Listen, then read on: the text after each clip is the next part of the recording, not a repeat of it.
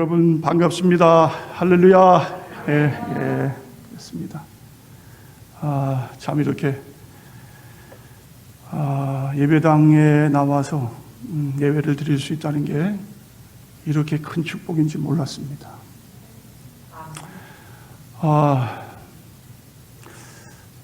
몇 주 전에 몇 주 전인 것 같은데 우리 이학조 장로님께서 카톡으로 이 음악 영상을 하나 보내주셨어요. 아마 여러분들 받으신 분 계신지 모르겠는데 차 집사님이 그 전에 한번 보냈다고 그러시네요. 저는 사모가 그래서 내가 알게 됐는데 혹시 여러분 보니엠 그룹을 아세요? 보니엠 모르세요? 그 흑인 사중창입니다. 여자분이 셋, 남자가 하나. 그래서 The River of Babylon 그런 노래가 있어요. 저도 아마 제가 10대 아주 중학교 때 그 전인 것 같아요. 그때 한참 디스코풍으로 불려줬던 노래예요. 세상 노래예요, 세상 노래. Rivers of Babylon 그러면서 부르는 그런 노래였어요. 그래서 저는 그냥 그때 아주 그냥 인기가 너무 높아서 따라 부르고 그렇게만 들었습니다. 그런데 장로님이 그 동영상을 보내주면서 동영상에 또 이렇게 한국말로 글귀가 밑에 적혀 있어요, 자막으로. 근데 그 가사를 보니까 이건 완전히 성경 말씀이에요, 성경 말씀. 시편 137편을 그대로 만들어가지고 이게 세상에 발표가 되는데 아마 얼마나 놀라운 인기를 얻었는지 모릅니다. 싱글 차트에 몇 주간에 그냥 1위를 올리고 그랬던 노래예요. 그래서 그 가사의 제목을, 그 요약을 좀 줄거리를 해보면요. 바벨론 강가에서 우리는 앉아 있었죠. 그래요. 우리는 울었어요. 시온을 생각하면서 악한 사람들이 우리를 붙잡아 왔어요. 우리에게 노래를 하래요.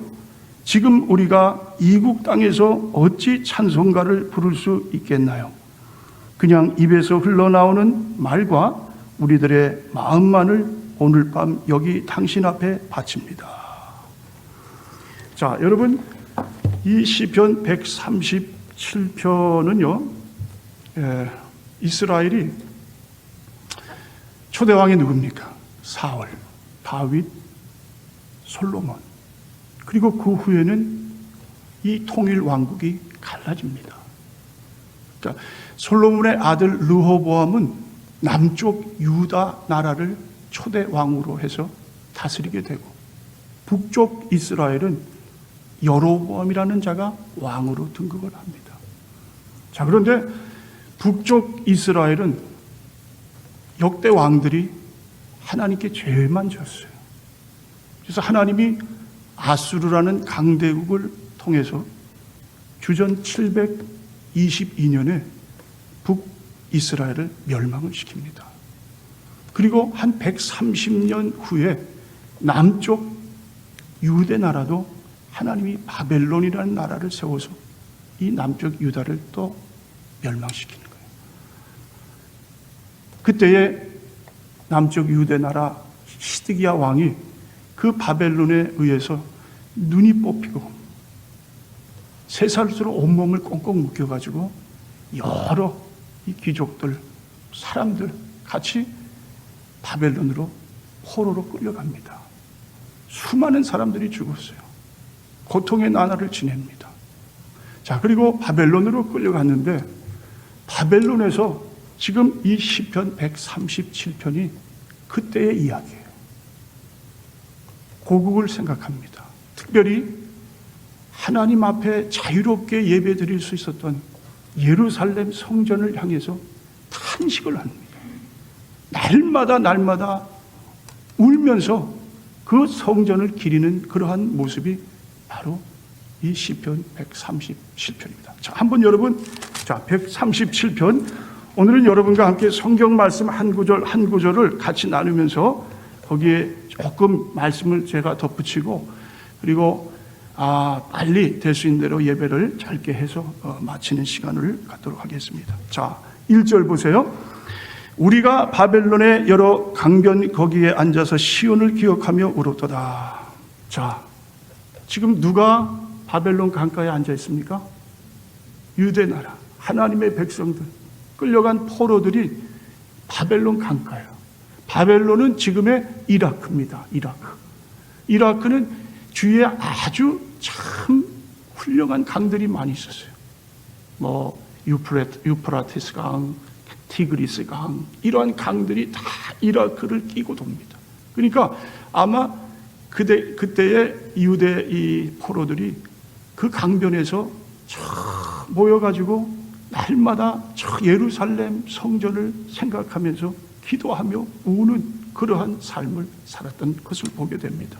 자, 2절에요. 그 중에 버드나무에 우리가 우리의 수금을 걸었나니. 자, 여기 보면 버드나무가 나옵니다. 버드나무는요, 특별히 아주 이 슬픔을 의미하는 나무예요. 버드나무 가지가 길게 뻗었는데 이게 이제 바람이 불 때마다 서로 부닥치면 우는 소리를 낸다고 그랬어요. 그래서 이 버드나무는 슬픔을 의미한다. 또 이 버드나무는요, 여러분, 이 이스라엘 초막절, 그러니까 지금으로 말하자면 추수감사절, 그때에 이 초막절을 지낼 때에도 성경에 보면 레위기에 버드나무를 준비하라 그래요. 그래서 초막절에 물론 종려나무를 우선 흔들지만 이 버드나무를 흔듭니다. 그러니까 지금 바벨론 강가에서 버드나무를 보면서요, 이 유대의 백성들이 하나님의 그 마음껏 제사를 드렸던 그 절기, 그걸 기억하는 거예요. 슬픔에 잠기는 거예요. 자, 그러면서 더 탄식 가운데 깊이 빠져들어가는 그러한 모습들을 우리가 상상해 볼 수 있습니다. 자, 그리고 2절 후반절에 보시면 우리가 우리의 수금을 걸었다. 자, 수금이 뭡니까? 하프잖아요. 이 수금은 하나님 성전에서 하나님께 찬양 드릴 때에 쓰는 도구입니다. 그런데 수금을 어떻게 했다고요? 버드나무에다 걸어버렸다 그랬어요. 그건 뭐냐면 더 이상 우리는 찬양을 못한다. 찬양을 못하는 그러한 상황에 접해 있다는 것을 우리가 깨달을 수 있습니다. 자, 그리고요, 3절. 이는 우리를 사로잡은 자가 거기서 우리에게 노래를 청하며 우리를 황폐하게 한 자가 기쁨을 청하고 자기들을 위하여 시온의 노래 중 하나를 노래하라 하미로다. 자, 수금을 걸었던 이유를 말해주고 있는 거예요. 왜? 이 하나님의 백성들이 하나님께 수금으로 찬양을 돌려야 할 그 상황인데 그걸 왜 나무에다가 그렇게 걸어놓고만 있는가? 자, 그것은 뭐라고요? 3절에 이는 우리를 사로잡은 자가 거기서 우리에게 노래를 청하며 우리를 황폐하게 한 자가 기쁨을 청하고 자기들을 위하여 시온의 노래 중 하나를 노래하라 하미로다. 자, 뭐라고요? 사로잡은 자가 누구예요? 바벨론 자들이. 바벨론이 그 유대 백성들에게 뭐예요? 우리를 기쁘게 하라. 기쁘게. 자, 그리고 너희들이 시온에서 하나님 앞에 드렸던 그 노래로 우리를 기쁘게 한번 그렇게 해 줘봐라. 그런 말이에요. 자, 여러분, 지금 하나님의 백성이 하나님 앞에 드려야 할 찬송을 어찌 감히 세상 사람, 바벨론 사람들을 위해서 그 찬송을 부를 수가 있겠습니까? 물론 부를 수 있다고 하지만 지금 이 상황에서는 자기들을 기쁘게 하라는 거예요. 유의를 좀 한번 해봐라. 자, 이것은 마치 뭡니까? 여러분, 술집 작부가요, 그 손님을 위해서 그냥 기분 맞춰주기 위해서 그냥 있는 거 없는 거 다 그냥 노래 하여튼. 자, 이것이 바로 바벨론이 뭡니까? 이 자들이 하나님의 백성들에게 요구했던 그러한 것입니다. 여러분, 어떻게 그럴 수가 있습니까? 그렇죠? 하나님 앞에 예배드리고 하나님께 찬양을 드려야 할 그러한 사람들이 어떻게 세상을 위해서 그렇게 세상을 어떻게 찬양할 수가 있겠어요? 자, 그 다음에 보세요. 우리가 이방 땅에서 어찌 여호와의 노래를 부를까? 자, 그렇습니다. 어찌 우리가 이방에서 이방 사람들, 바벨론 사람들을 위해서 자 그렇게 노래를 부를 수 있느냐? 나는 절대 할 수가 없다. 자, 그런 의미입니다. 자, 5절에요. 예루살렘아, 내가 너를 잊을진대 내 오른손이 그의 재주를 잊을지로다. 자, 뭡니까? 이것을요, 이 공동 번역에서는 그렇게 쓰고 있어요. 자, 예루살렘아, 내가 너를 잊는다면 내 오른손이 말라버릴 것이다. 또 표준 새 번역 성경은요, 예루살렘아, 내가 너를 잊는다면 내 오른손도 수금 타는 재주를 잊을 것이다. 자, 예루살렘 뭡니까? 하나님의 성전에서 하나님 앞에 예배 드리던 그러한 모습을 상기하는 거예요. 그 예루살렘에서 하나님 앞에 예배 드렸던 그 순간을 내가 잊어버린다면 내 오른손이 말라버린다. 아무 소용이 없다. 내가 어찌 내 손으로 세상 것들을 위해서 그렇게 재주를 부릴 수 있느냐? 나는 오직 하나님 앞에만 나의 모든 것을 어떻게 해요? 정성껏 드리는 자가 되겠습니다. 그런 말입니다. 6절, 내가 예루살렘을 기억하지 아니하거나 내가 가장 즐거워하는 것보다 더 즐거워하지 아니할진대 내 혀가 내 입천장에 불을 붙을지로다. 자, 이것만은 같은 말씀입니다. 예루살렘을 기억하지 아니하게 된다면 자, 뭡니까? 내 혀가 내 입천장에 붙을지로다. 이 말은 뭐냐면요, 벙어리가 되겠다는 거예요. 벙어리. 예.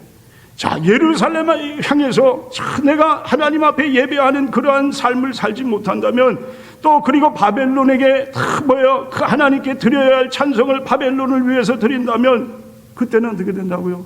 나는 벙어리가 됩니다. 벙어리가 되는 게 낫습니다. 하나님을 위해서 드리지 못한다면 나는 아무 삶의 의미가 없습니다. 자, 그렇죠? 내가 가장 즐거워하는 것보다도 더 즐거워하지 아니하겠습니다. 세상에 내가 즐겼던 것이 있습니다. 그렇죠? 뭡니까? 육신의 희락을 위해서 사는, 아니면 세상 목적이 뭐예요? 세상만을 위해서 산다면, 어떠한 부를 위해서, 내 어떠한 욕망을 위해서, 그렇다면 뭐예요? 나는 이러한 것들이 내게는 즐거운 것이 아닙니다. 내가 즐거워하는 것은 하나님 성전을 바라보고 하나님 전에서 예배드리는 그날, 그것이 나에게는 가장 기쁨입니다. 그런 말씀입니다. 여러분 어떠세요? 하나님의 전에서 예배드리는 게 여러분의 기쁨이십니까?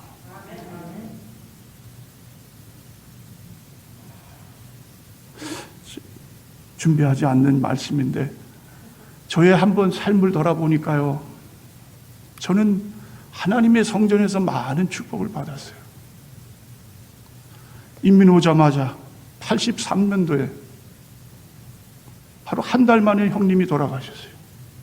형님은 유일하게 우리 집안에 예수님을 잘 믿는 자였어요. 그리고 어떻게 해서 교회로 이사를 갔어요. 사택에서 살아라. 형편이 어려우니까.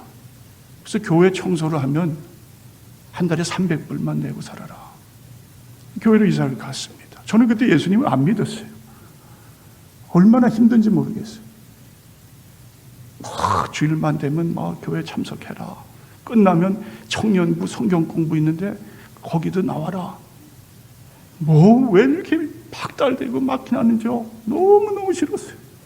그런데요, 어느 날 부흥회를 통해서 눈물 콧물 회개하고 그 다음에 하나님 말씀을 듣는데 이 말씀이 정말 송이꿀보다 달다 그러는데 그 정도가 아니라 이건 완전 무슨 내 가슴팍을 완전히 도려내는 그냥 뭘 해머로 막 치고 막 정신이 없더라고요.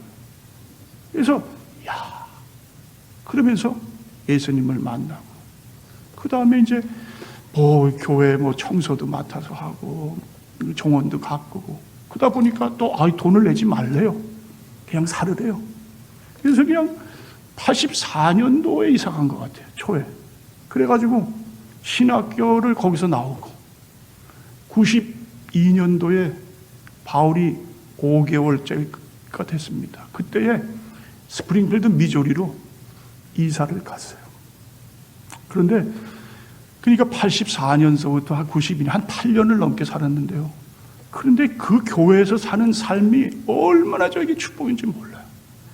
그 전에 세상에서 그냥 막 살았던 삶이 이제 완전히 180도 변해가지고요. 하나님 말씀, 밤에만 되면은 그 부흥 강사 목사님이 100일 기도, 101일 기도를 했다 그래요. 그래가지고 그 정한 시간에 꼭 그 장소에서 기도하라. 그러면 이렇게 하나님 은혜 주신다. 자기도 그래서 은혜 받았다. 그리고 저도 그 말씀 그냥 받고 밤만 되면 그 교회 사택에 키를 그냥 벽에 걸려있는 거 빼가지고 성전으로 갑니다. 처음에는 얼마나 무서운지 모르겠어요. 교회 문 열고 들어가는 순간부터 오싹합니다. 막 그냥 어떤 전기가 짜라락 하면서요. 그냥 막 무서워서 요 앞에 여기 엎드려요. 그리고 뭐 아는 찬송 좀 부르고 그리고 그 다음부터 그냥 기도를 하는데 매일 밤이 눈물이에요. 눈물로 회개하고 눈물로 기도. 그래서 101일을 채웠는데 그때 하나님이 얼마나 함께 하시는지 말씀을 읽으면 그냥 제게 그냥 말을 해주시는 거예요. 이렇게 해라 저렇게 해라. 그리고 신학교를 갔죠. 그리고 저 이제 미조리로 교회 사택에 살다가 8년 살다가 미조리로 간 거예요. 근데 그런 교회 생활을 잊지 못하겠어요. 사택에 살면 매일 밤마다 교회를 갔고 왜냐하면 그 시간이 가장 귀한 시간이고 가장 즐거워요. 막 들어가기만 하면은 막 그냥 하나님 만나는데 하나님 뭐 앞에 막 그냥 전율과 어떠한 기쁨도 세상에서 찾을 수 없는 기쁨. 신학교를 가서도 마찬가지. 얼마나 힘들어요. 영어로 그거 하려면. 그러니까 도서식이 11시 반인가 문 닫습니다. 그러면 그냥 예배당, 교회 학교 채플로 들어가가지고 거기서 한 2시까지 또 그냥 기도하는 거예요. 그리고 이제 기숙사 방으로 들어가면 4사람이 기숙사 방이 있었습니다. 2층 침대, 2층 침대. 조금만 미안하잖아요. 밤늦게 들어가 다 자는데. 그럼 옷도 못 갈아입었어요. 그냥 그대로 조용조용 침대에 올라가서 그대로 자다가 아침 수업에 들어가고. 그래서 저는 생각해 보니까 야, 그렇구나. 주의 궁전에서 하루가 세상 다른 곳에서 첫날보다 나았도다. 주의 전에 문지기로 있는 것이 좋사오니. 주님 전에서 내가 하나님 앞에 예배드리는 그러한 사모함을 이야기합니다. 자, 여러분. 자, 그래서요. 자, 8절에 멸망할 딸 바벨로나 내가 우리에게 행한 대로 내게 갚는 자가 복이 있으리로다. 내 어린 것들을 바위에 메어치는 자는 복이 있으리로다. 자, 이 말은요 조금 듣기에 우리가 거북할 수 있지만 이건 무엇을 위한 말이냐. 자, 여기 보니까 멸망할 딸 바벨론. 바벨론은 무엇을 의미합니까? 음료입니다. 음료. 자, 요한계시록 17장 5절에 그 이마에 이름이 기록되었으니 비밀이라 큰 바벨론이라 땅의 음료들과 가증한 것들의 어미라 하였더라. 바벨론은 음료, 가증한 거, 사단. 바벨론은 물론 멸망을 했습니다. 그러나 성경에 보면 지금도 바벨론은 사단을 의미하기 때문에 예수님이 재림에서 오시는 그날까지 바벨론은 존재합니다. 그리고 어떻게 해서든지 바벨론이 포로된 그 유대 사람들을 어떻게 해요? 그렇게 학대하고 방해하고 그랬던 것처럼 이 음녀인 바벨론은 우리를 향해서 계속해서 그렇게 방해와 모든 수단 방법을 가리지 않고 우리를 넘어뜨리려고 할 것입니다. 뭐 마음껏 드리던 예배도 그저 흐지부지하게 만들어요. 부르짖어 기도했던 것도 이젠 기도를 어떻게 해요? 그 기도를 잠잠케 만들어요. 마음껏 찬양도 할 수 없게 만드는 거예요. 사람과 사람 관계도 그렇습니다. 여러분 어떠세요?